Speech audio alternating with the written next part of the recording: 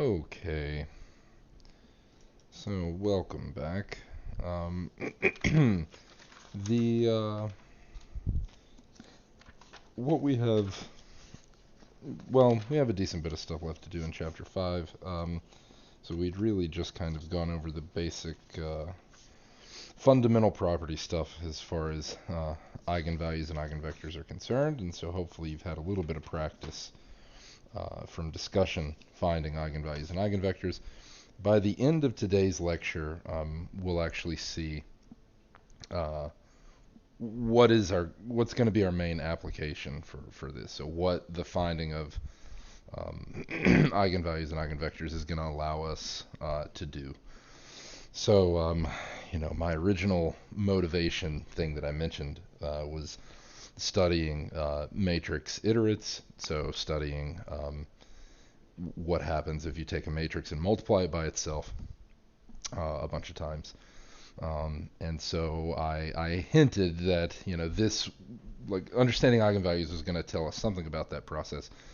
And it's going to do this in a particular way, namely through what's the process called diagonalization. Okay, and so we are about to introduce a concept for a matrix that is definitely different than what we've dealt with before. So it is, as I said, this chapter is the first instance, right? Other than the determinant back in chapter 3, this chapter is the first instance where to answer a question, it's not as simple. It's not as simple as just doing some row operations. You are going to be doing other stuff. Okay, typically. In fact, specifically, as we'll see, row operations tend to change eigenvalues. And so row operations are going to be a thing that you specifically do not do when it comes to these questions. So tidying up some of the things, and you may have seen this brought up by your TAs in discussion, but I just wanted to tidy up some things because I had listed a bunch of properties of eigenvalues and eigenvectors, but I hadn't, I don't think I'd mentioned some of these yet. So we saw how to find eigenvalues, of course. If I have an n by n matrix A, if I want to find eigenvalues for this matrix, what I do is, of course, I look at its characteristic polynomial.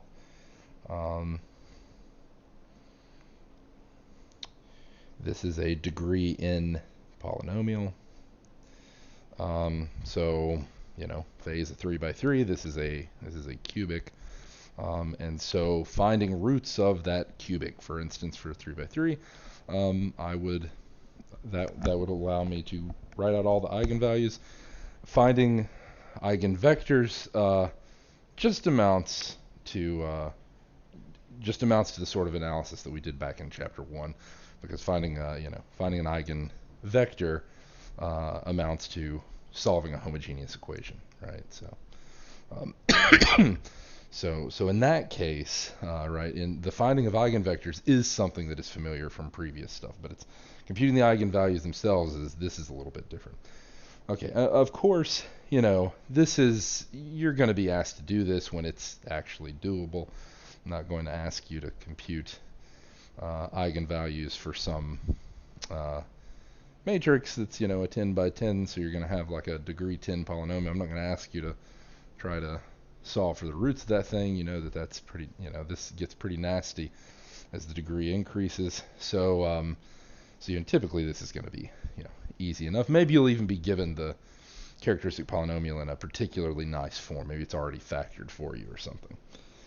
Okay. But of course, in certain special cases, it's actually easy to find eigenvalues. You can just read them off. So here's one theorem. So here's a good one. So what about a triangular matrix, right? So the eigenvalues of a triangular matrix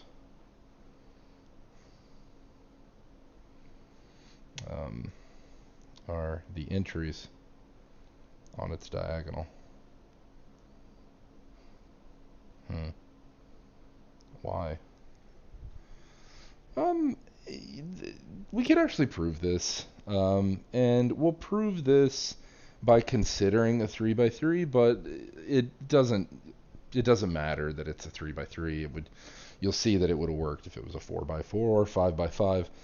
So how do I prove this? Let's let A be a generic. Let's say I said a triangular matrix. It doesn't matter whether it's upper triangular or lower triangular. Let's say that it's upper triangular just to do it. So if this is upper triangular, then what this looks like is the following. Maybe I'll go ahead and fill out the diagonal here. There we go. So there's our matrix A. Again, you'll see that this would have worked exactly the same if this were a lower triangular matrix. So here's my A. What does A minus lambda I look like? Well, I can go ahead and do that. It doesn't require too much imagination here. This would be A11 minus lambda. None of the off-diagonal entries are affected here. So this is A12, A13. Here this is 0, A22 minus lambda, and A23, 0, 0, and A33 minus lambda. Okay. All right. Okay. And now, of course, if I compute the determinant of this thing, well, what happens is, so this determinant, of course, is my characteristic polynomial for A. And this determinant, of course, is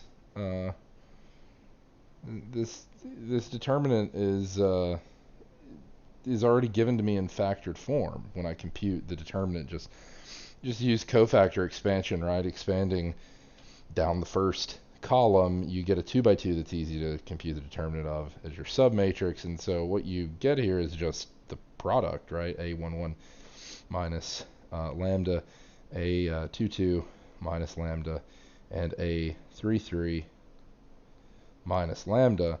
And so if you set this equal to 0, well, then our roots are lambda equals A11, A22, and A23, right? Or sorry, A33, right? These are my roots, but those are just my diagonal entries, right?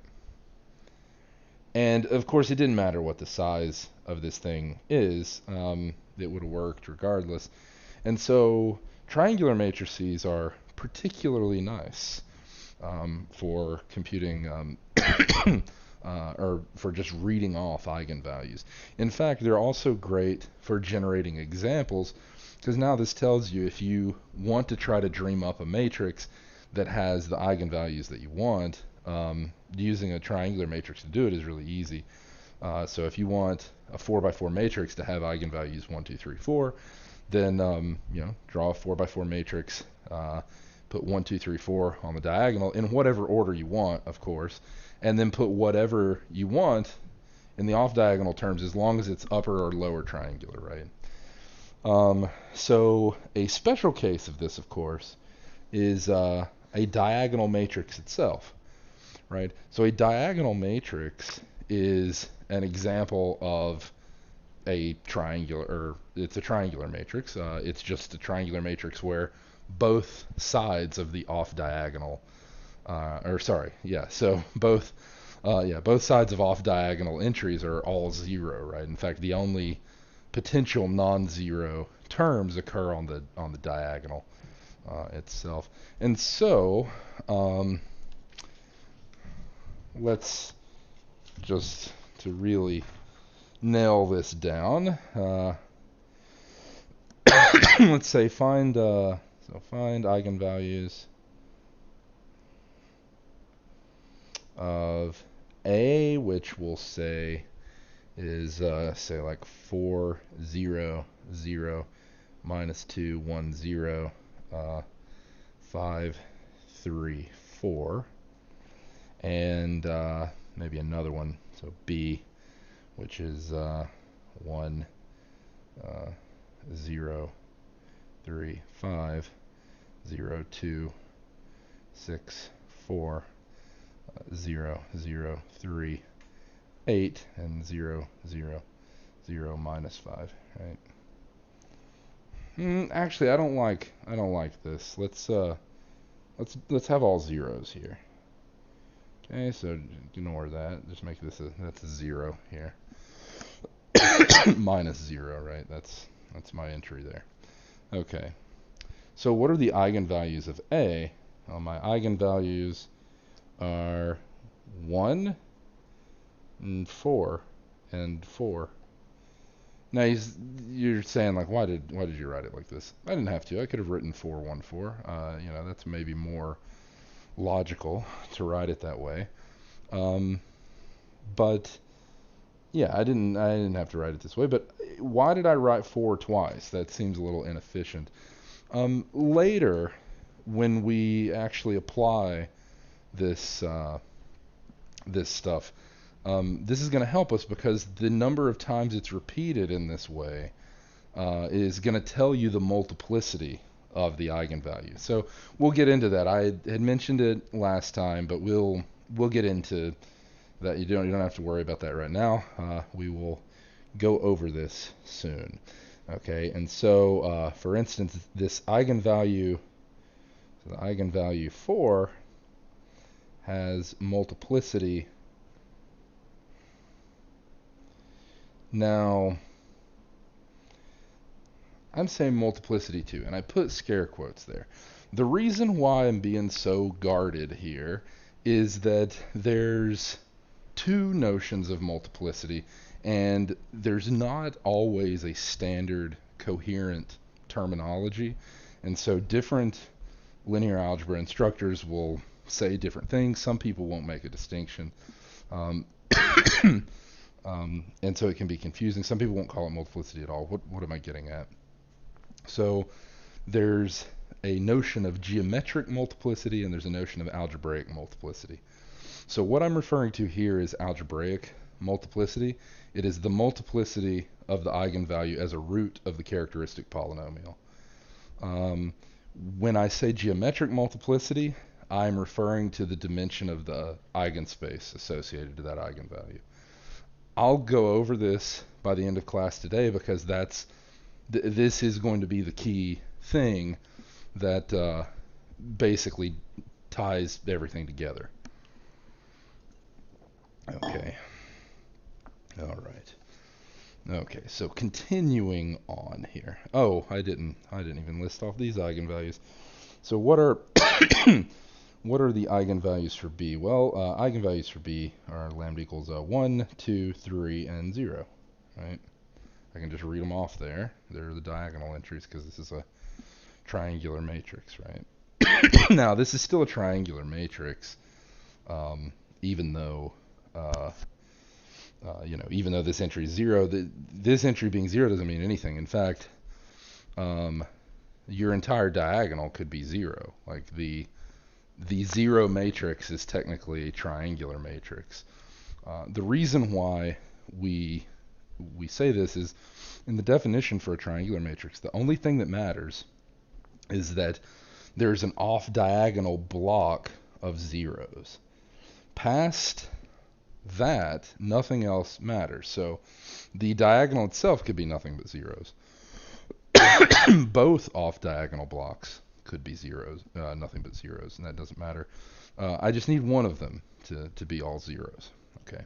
So if anything in this triangle that I've sketched in here is not 0, then it's not a triangular matrix, and then I wouldn't be able to do this. So it might seem a little funny to you that if I altered this, if I changed this 0 to a 1, then all of a sudden now this is, my eigenvalues are not 1, 2, 3, and 0. You might say, well, surely, right? If you just change that single entry, it doesn't alter the matrix that much, but it does. Okay, it does typically. Doing something like that does change it. And so it's a tricky thing. Okay, So continuing on, another theorem to tidy up some of this conceptual stuff. So if V1 to VR are eigenvectors that correspond to distinct eigenvalues, we'll say that the corresponding eigenvalues are lambda 1 to lambda sub r, okay, of a matrix A, that's an n by n matrix. Then the set of those eigenvectors corresponding to distinct eigenvalues is linearly independent.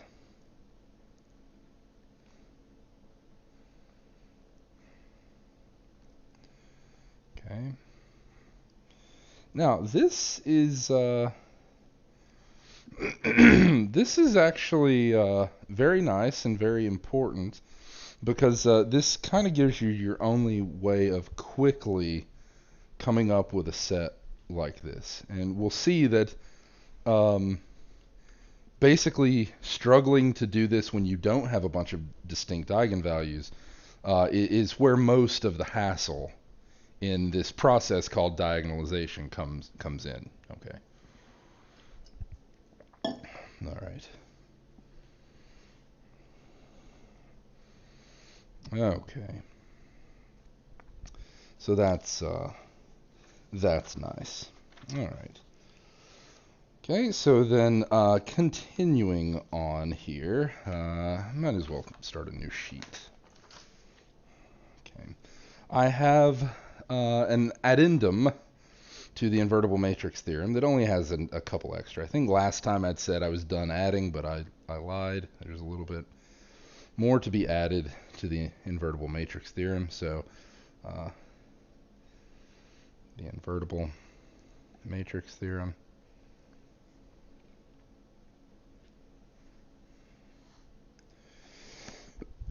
And this is, of course, addendum,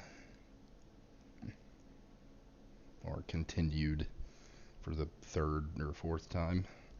So let A be an n by n matrix, of course, and then A is invertible if and only if S is the next part of the invertible matrix theorem that we're on. So the S part is the number 0 is not an eigenvalue of A. So 0 is not an eigenvalue of A. Okay. All right. And T, the determinant of A is not 0, right? So determinant of A is not 0. So in fact, this is not something that is covered in the textbook, and this is not something you're ever going to have to use.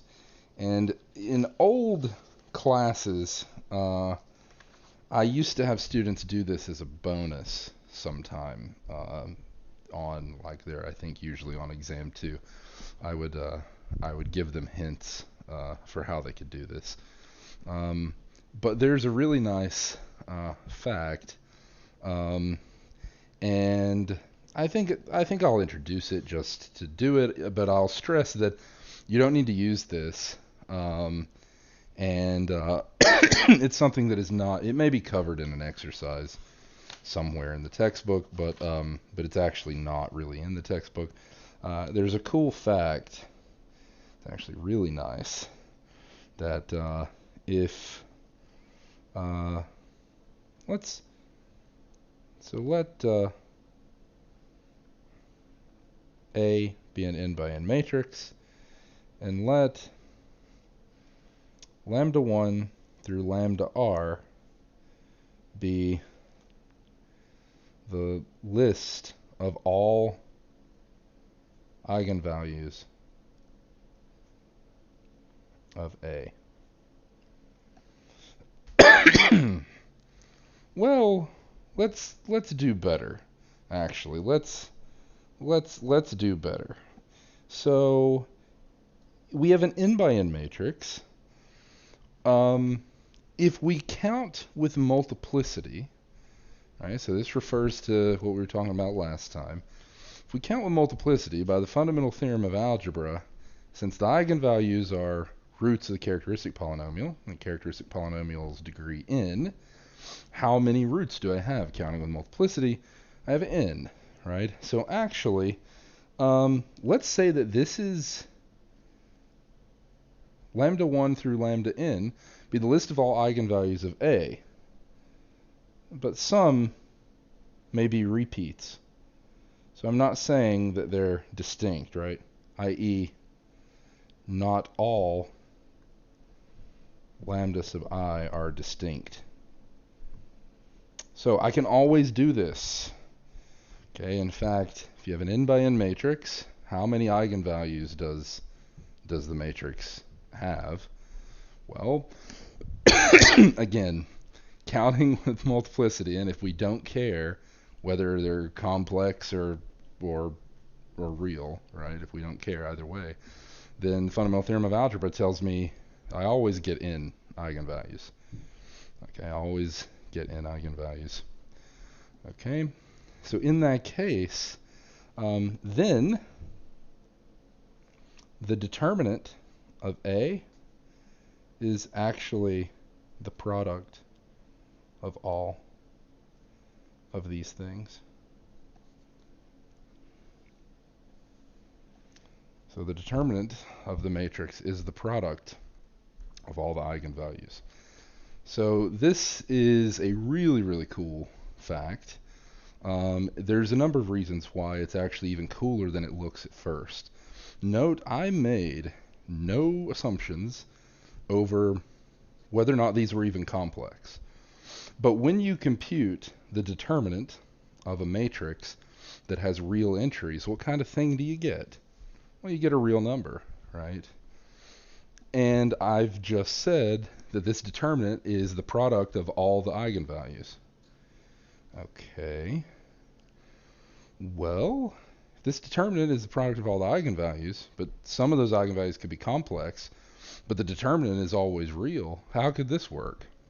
Well, it's that whenever you have a matrix with real entries, its complex eigenvalues come in conjugate pairs. And when you multiply those conjugate pairs out, they cancel out. They become real. Okay, so if you multiply a complex number by its conjugate, you get a real number. Okay, and so because a matrix with real entries can only have complex eigenvalues that occur in conjugate pairs, we'll see that at the end of this chapter. When you multiply this list out, they cancel out, so you always get a real number. Okay, now there's so many things you can say once you know this fact. This is actually just a really, really, really, really nice fact here. And the proof of it, well, I mean, there's a number of ways to prove it, but there's some really slick things you can do here, and it's actually something that you all can do with just a little bit of a hint. Something called Viette's formulas will get it done for you. So the proof is, this is not giving you too much help here, but Viette's formulas from the 1500s will get it done. So Viette's formulas for roots of a polynomial, check those out, and that will do it basically. Okay, so why did I mention this? Other than the fact that it's just really cool, I mention this because now you actually see like an even more powerful fact here. Well, you could, if you just wrote out what the definition of if 0 is an eigenvalue for A, right? What does that mean? 0 is an eigenvalue of A, then there exists an eigenpair 0v such that, A v is equal to 0 v, but 0 times v is always the 0 vector. So if 0 is an eigenvalue of A, then the equation AV equals 0 has a non-trivial solution, because by definition we don't allow our eigenvector v to be 0. So this gives a non-trivial solution to this homogeneous equation, AV equals 0. So it can't be invertible, right?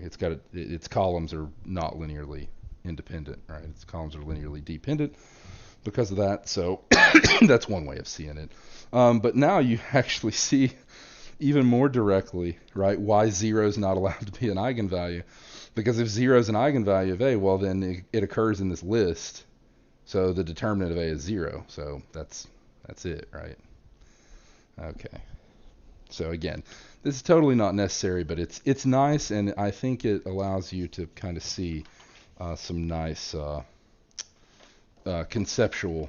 It kind of ties in a lot of conceptual stuff. So that's good. Okay.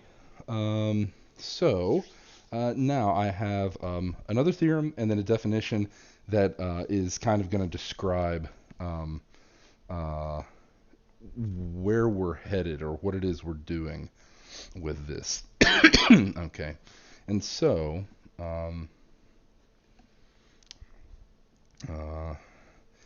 here's a quick reminder, right? These are properties of determinants. So let's let A and B both be n by n matrices. So a few parts to this. So A is invertible. So A is invertible if and only if the determinant of A is non-zero. So we know that by now. Okay. What else? Well, we know that the determinant of the product of two matrices, this actually behaves nicely, right? Believe it or not, determinant of product is product of the determinant. This is one of the few ways in which a matrix product behaves nicely, right? And then remind yourself that the determinant of A transpose is actually the same thing as the determinant of A. Okay.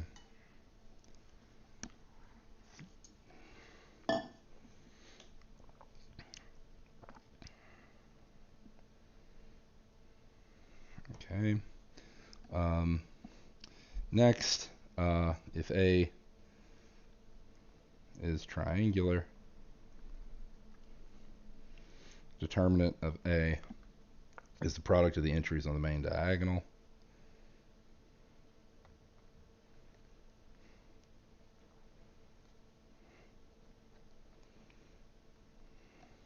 Okay.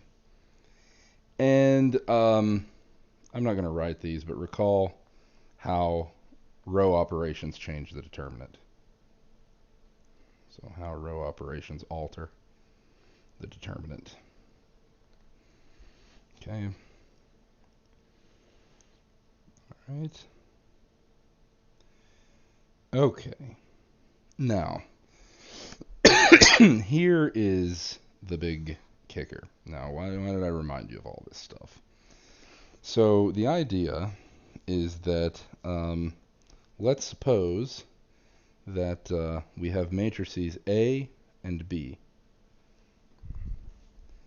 Okay, and we'll say that they're both n by n. Okay. Well,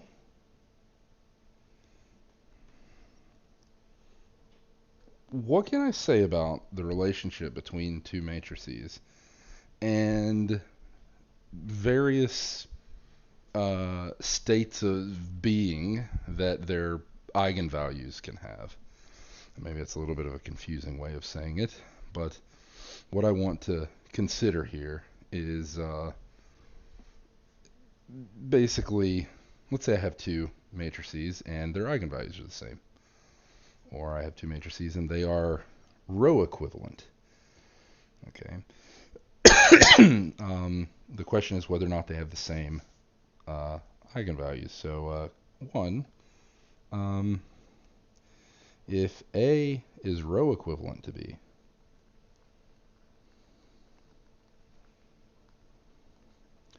do they have the same eigenvalues?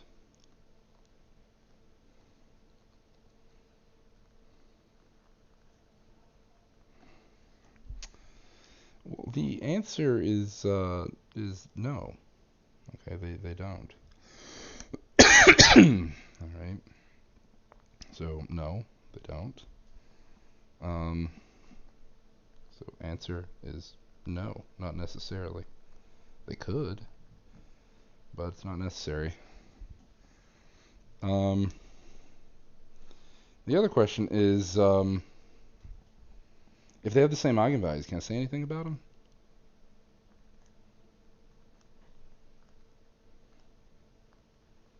So if they have the same eigenvalues, are they row equivalent?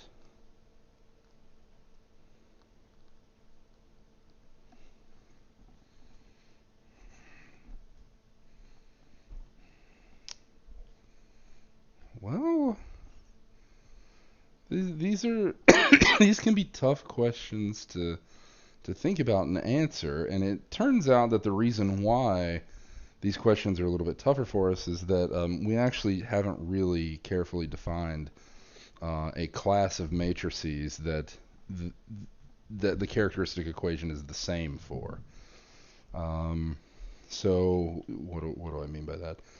I mean, I want to consider properties that matrices could share, could have in common, or maybe a particular way that two matrices could be related to each other, that guarantees that, say they have the same eigenvalues or they have the same characteristic polynomial.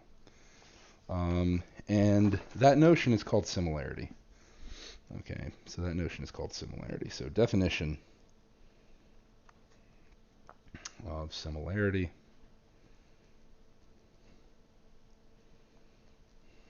So what is this? We say that two matrices, so let's let A and B both be n by n matrices. We say that A is similar to B. So A is similar to B if there exists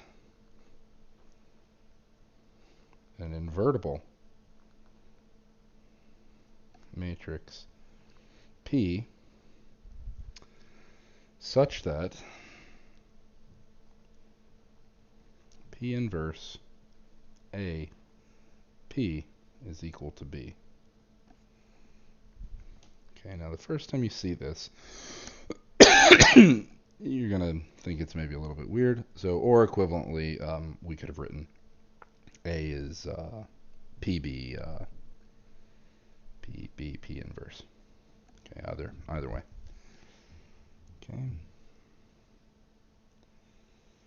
Okay.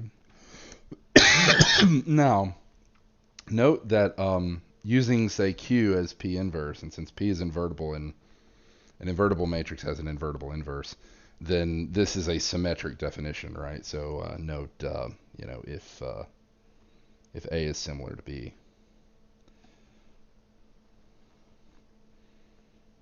then B is also similar to A.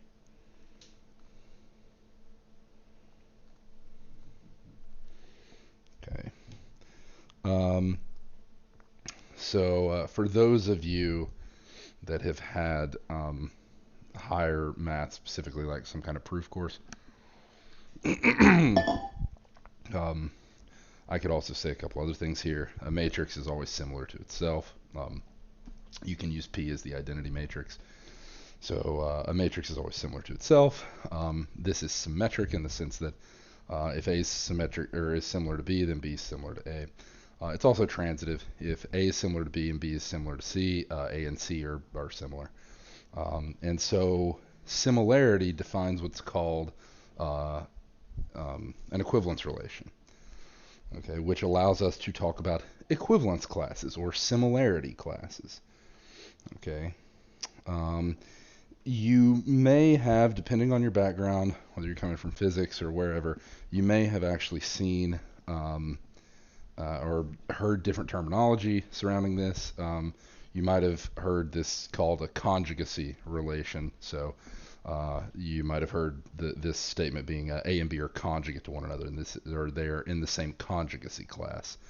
So I'm typically going to refer to this as a similarity class, but I may occasionally slip up and say this is call these conjugacy classes. Okay, so what is the reason for defining similarity?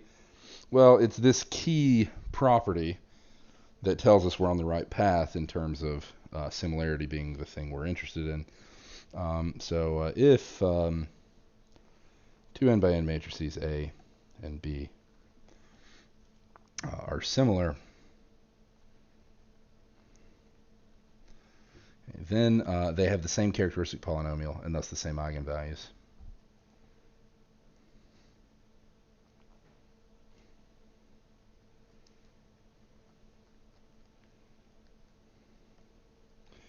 And thus the same eigenvalues.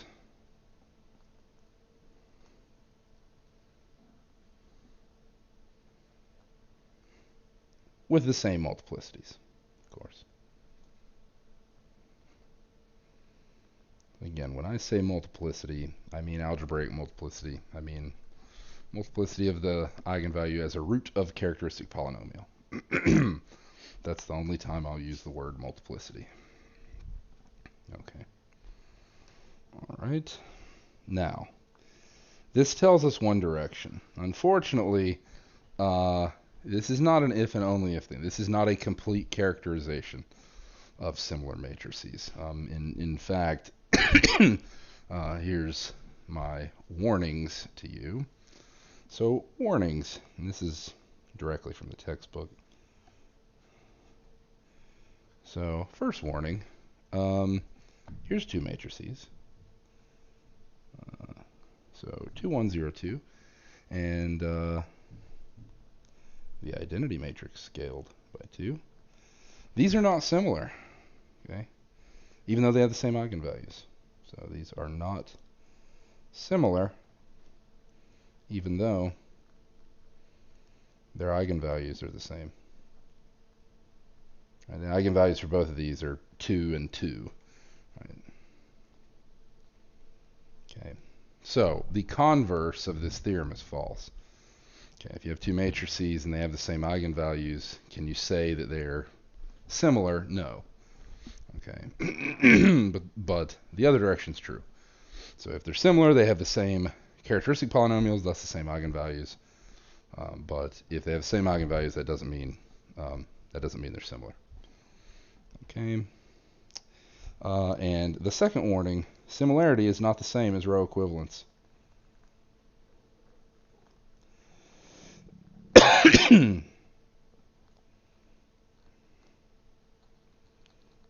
Okay, in fact, to drive this home, and I'll let you come up with an example.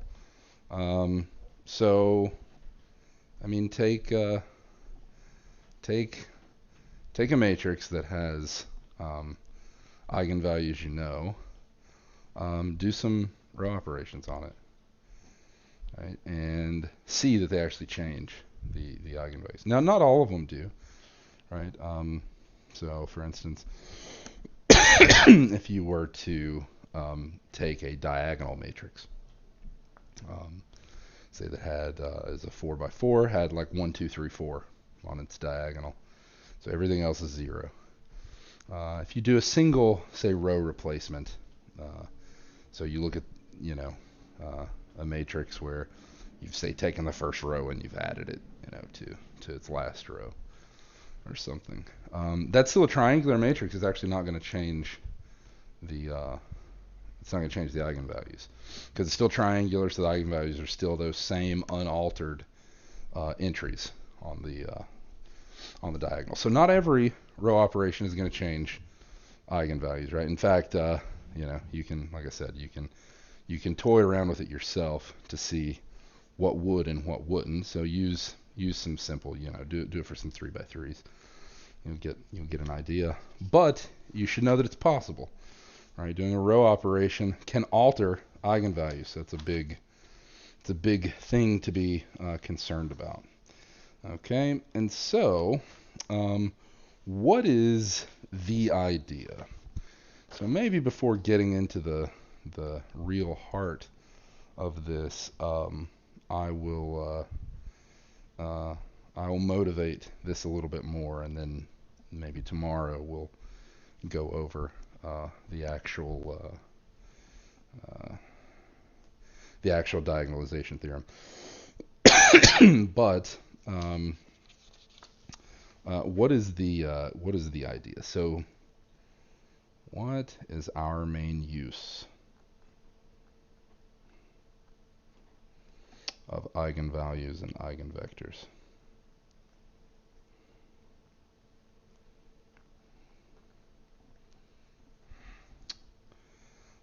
The answer is diagonalization.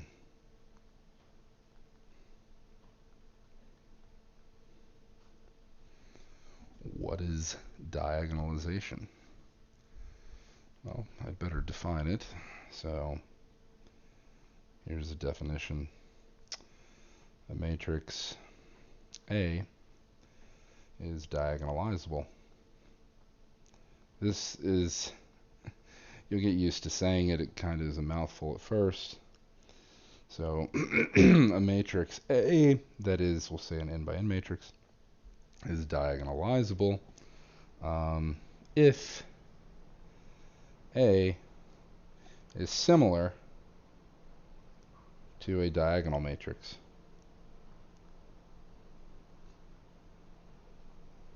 D, right? i.e., just rewriting what similar, right, the definition of similar means. i.e., there exists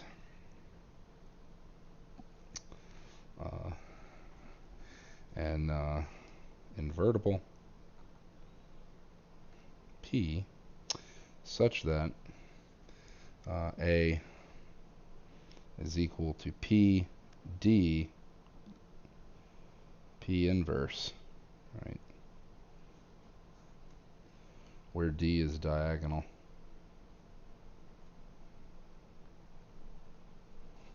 Well, what does D mean if D is diagonal? Well, D is this thing. It's D11, D22, and so on, all the way down to DNN, and everything else is 0. So here's the definition of diagonalizable. Okay, so a matrix is diagonalizable if it's similar to a diagonal matrix. Now, why is this something that we would care about at all? Okay, so here's where this gets tied into the thing I said at the very beginning when I was trying to motivate why you would care about eigenvalues to begin with. Okay, so what's the idea? Okay, the idea is the following. I have a matrix A. If A is just a totally generic matrix, computing this thing, hard. Right? This is hard. I don't want to do that. Okay. I would love to be able to do that, but I just can't. It's way too hard. Okay. But what's not hard? If D is diagonal, then what is D to the n? This is easy. In fact, if D is, say, D11, you know, and 0 everywhere else, D22, all the way down to DNN, 0. Oh, I shouldn't use the same n here. Let's use K. Okay, to the K. There we go. All right. Well, if here's my diagonal matrix D, raising D to the kth power is easy. For diagonal matrices, this is literally the only matrix it's easy for. I just raise each of the diagonal entries to the k, and then that's it.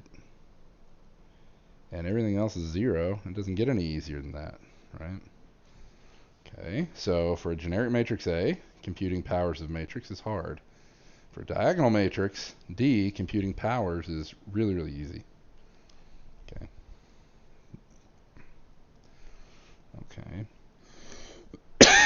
So that's nice.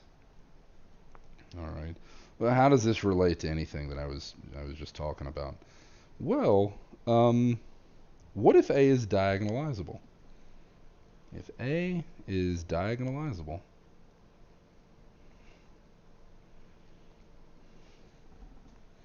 then there exists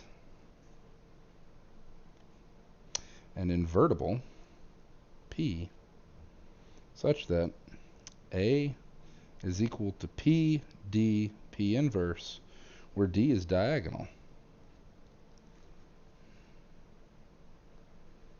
Okay. Well, now what do I do? So A is P D P inverse, but what's A squared?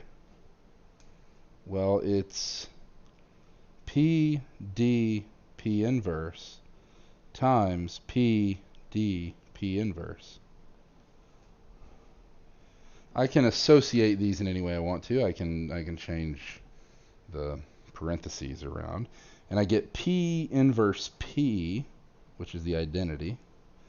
So this is P D I D P inverse, which is P D times D, which is D squared P inverse.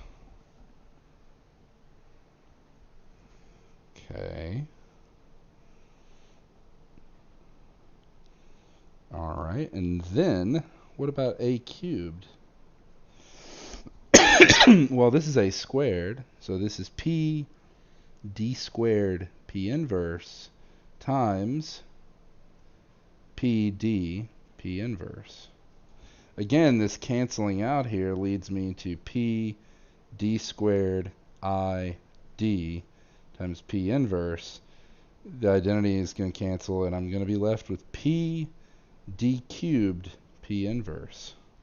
So now we see what's going on, right? So now A to the K is equal to P D to the K P inverse. Oh, wait. What is this telling me? Well, if A is diagonalizable, I've already said finding D to the K is easy. Now, A to the K, finding that is hard in general, but if A is diagonalizable, to find A to the K, all I need to do is find D to the K, which is easy, and then do this matrix multiplication. P is just some invertible matrix, so this is only 2 matrix multiplications I have to do here. So this is really simple, right? This is barely harder than finding just D to the K. And so if A is diagonalizable, it turns out that it's only a little bit harder than actually doing this for a diagonal matrix. This is the thing that I was hinting at the beginning of all of this, when I said that eigenvalues and eigenvectors were going to allow us to understand matrix iterates like this. Because the eigenvalues and eigenvectors are what tell you whether or not a matrix is diagonalizable. Now, not every matrix is diagonalizable.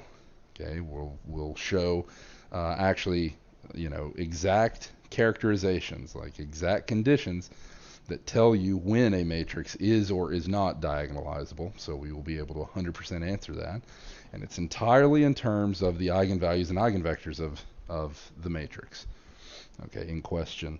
And so, that is the key. But once you understand how to do that, if you have a diagonalizable matrix, this is going to tell you exactly how to do it. And it turns out, I'm going to spoil the fun a little bit, the diagonal matrix, what are these diagonal entries? They're going to be the eigenvalues of A. So if a matrix A is diagonalizable, the diagonal matrix it's similar to is going to be the diagonal matrix that has its eigenvalues on its diagonal. And the invertible matrix P is going to be the matrix formed out of columns that are the associated eigenvectors. Okay, for those eigenvalues in that order. Okay, and so that's how this is going to work. All right, but I'm at 50 minutes, I see, so I think it's a good time to stop here. So I will see you all tomorrow. Hopefully it won't be delayed, although I'm going to post an announcement later. It may be, just because with me still being slightly sick, it's not always the best time for me to lecture right around noon or 1, so I may need a little bit more flexibility for like a couple more lectures, and then we should be good. But anyway, we will continue on in chapter 5. We're almost done, and I will see you all soon. I'll see you all tomorrow.